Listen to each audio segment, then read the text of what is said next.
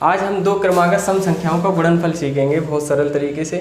अब सबसे पहले हम देखते हैं, इसमें लिखा हुआ है सम संख्या। सम संख्या के बारे में हम थोड़ा सा जानकारी कर लेते हैं। सम संख्या किसे कहते हैं? सम संख्या उसे कहते हैं जिसमें दो का भाग पूरा पूरा चला जाए। कहने का मतलब ये है कि जब दो का भाग दो आप लोग, तो उसमें शेषफल कितना बचना चाहिए? 0 बचना चाहिए। तो हम बता देंगे कि ये संख्याएं कैसी हैं, सम संख्याएं। जैसे हमने देखा यहाँ पर 2 लिखा हुआ है, 2 के पाड़े में 2 का भाग जब 2 में दोगे तो कितना आएगा? शेषफल कितना आएगा? 0 आएगा। तो हम कह देंगे ये जो संख्या लिखी है वो 2 सम संख्या लिखी है। अब जैसे हम कहें ये संख्या लिखी है 8, अब कैसे पता करेंगे ये संख्या सम है? तो हमने क्या किया, 2 का भाग जब 8 में देंगे तो कितना बचेगा? शेषफल 0 बचेगा। तो हम कह देंगे ये संख्या जो लिखी है वो सम संख्या लिखी है। अब हमें इनका गुणनफल सीखना है। गुणनफल सीखने का एक सरल तरीका है, वो आज हम सीखते हैं।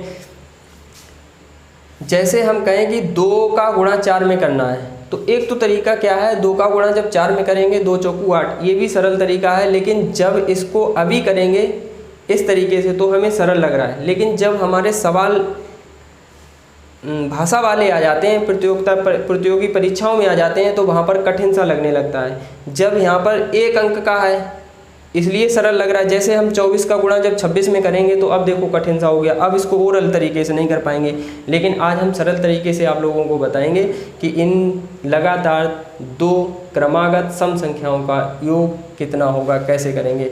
देखो 2 का गुणा जब 4 में करना है तो हम क्या करेंगे, 2 के बाद संख्या कितनी आती? 3। तो हम क्या करेंगे, 3 का गुणा 3 में कर देंगे। कहने का मतलब हम 3 का स्क्वायर निकाल लेंगे। तो 3 का स्क्वायर कितना हो जाएगा? 9।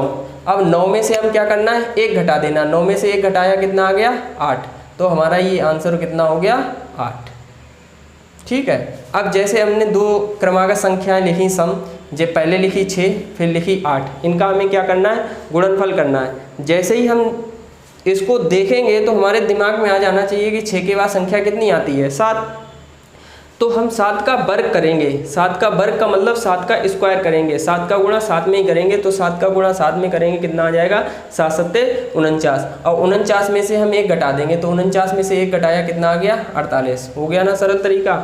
अब जैसे हमने किया 10 का गुणा 12 में करना है। अब देखो थोड़ा सा बड़ा होने लगा। अब हम क्या करेंगे, 10 का गुणा जब 12 में करेंगे तो हमारा अब थोड़ा सा कठिन लगने लगा। यहाँ तो सरल लग रहा था कि 2 का गुणा 4 में किया 8 आ गया, लेकिन जैसे ही हमें 2 अंक के संख्या मिली है वैसे ही हमें कठिन सा लगने लगा। अब हम क्या सोचेंगे, 10 के बाद कितनी संख्या आती? 11। जैसे ही 11 आती, हमें पता है 11 का गुणा 11 में करो कितना हो जाएगा? 11 11 121।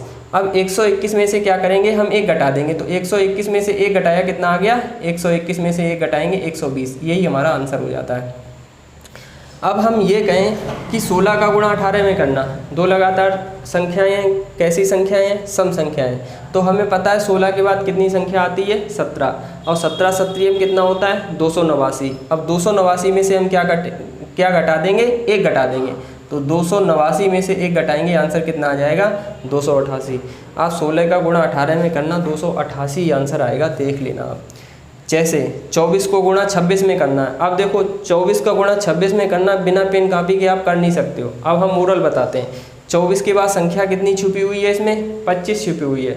तो हम 25 का गुणा करते हैं, 25 का वर्ग करते हैं। क्या करते हैं? 25 का गुणा 25 में करते हैं, यानी कि 25 का वर्ग करते हैं या 25 का स्क्वायर करते हैं। तो सबको पता होता है 25 का स्क्वायर कितना होता है? 625। और जैसे ही 625 आया दिमाग में, हमें कितना घटाना है? 1 घटाना है। तो 625 में से 1 घटा दिया, कितना बचा? 624 बचा। ठीक है। अब जैसे हमने ये वाला देखा 14 गुणे 16, तो हमें ये पता है कि 14 के बाद जो संख्या आएगी वो कितनी है? 15 है। कितनी है? 15। अब हमें पता है 15 का वर्ग खूब याद करते हैं हम लोग। 15 का वर्ग होता है 15 पंद्रियम 225। अब 225 में से 1 घटा दो, तो यहाँ पर बचा कितना? 224। ये हमारा आंसर हो गया। ठीक है। अब इसी प्रकार इसको आप कमेंट करके बताना। हम इसको देखते हैं। जैसे 12 गुणे 14 है, तो 12 गुणे 14 हमें पता है, गुणा करेंगे तो 12 के बाद कितनी आती है? 13 संख्या आती है।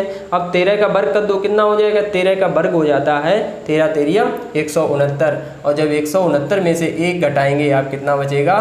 168, यानी कि 168। इसी प्रकार क्या है? 8 गुणे 10 करना है। तो हमें पता है 2 लगातार सम संख्याएं हैं, इनका गुणनफल कैसे ज्ञात करना बताया है।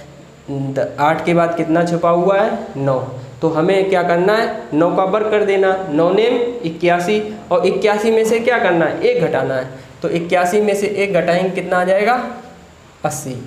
तो हमारा इस तरीके से सरल, बहुत सरल तरीका हो जाता है। इस वाले को आप हल करके बताना, कमेंट करना, लाइक करना, शेयर करना और बताना वीडियो कैसा लगा, अच्छा लगा या ख़राब।